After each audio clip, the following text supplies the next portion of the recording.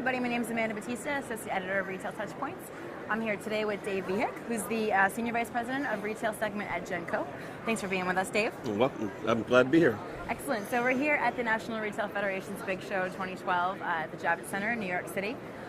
So Dave, first, how are you finding this year's NRF show? Is it meeting your expectations?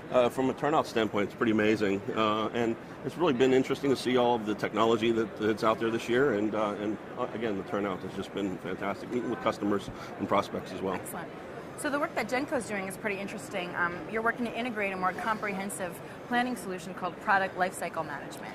So can you tell us a little bit about this and how it helps to streamline retail planning? Sure. Product Lifecycle Management is actually a game-changing approach to supply chain management, where we're actually looking at it as a whole instead of just looking at one segment. And by then, we're able to save our customers 10 to 20% in the marketplace from the cost of doing supply chain management. Excellent. And can you speak to some of those challenges? So for the retailers really looking to move into e-commerce, what are the barriers that they run into, and how is Genco really working to help them with those challenges? Well, especially a lot of the brick and mortar retailers, when they get into the e-commerce world, they look at it as a silo. Right. And pretty much they set up a whole separate network of procurement, warehousing, distribution, and dealing with their customers. And so you have those silos, which adds another layer of cost onto doing business.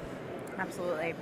So to that end, how does Genco really assist retailers from a logistics perspective? Well, when you look at it from a logistics standpoint, we've actually had a customer that looked back at their network after setting up separate networks. And we were able to justify going through and saying you have a separate network for your transportation, you're letting your suppliers do your distribution into you, but you don't have any coordinated way of getting it back to them. Right. And so we were able to do a study, look at their procurement, which also wasn't using a TMS to manage it into their stores, and do it out to e-fulfillment. And by that, we were able to save them roughly 30%, probably $2.5 million annually in business for them. Wow, excellent. So that's one example, but are there any other customer case studies that you'd like to share with us? Yeah, and when you look at the e-commerce world, we took one customer that had disparate channels. They had their channel for their regular brick and mortar, and then they set up an e-commerce channel. We went through and looked at that network, and we said, let's see if we can put it inside the same building. So we were able to carve out a portion of the building to do the fulfillment piece using the same product that we're using to do it at their stores, although doing e-fulfillment and each picks. And we were able to do it in the same building, saving them about $850,000. Excellent. Wow, that's pretty great. So are there any company developments or any kind of news on the horizon for 2012? When we're looking at 2012, obviously we're looking at ways of gaining more efficiencies, looking at a lot of the technologies that are out there today.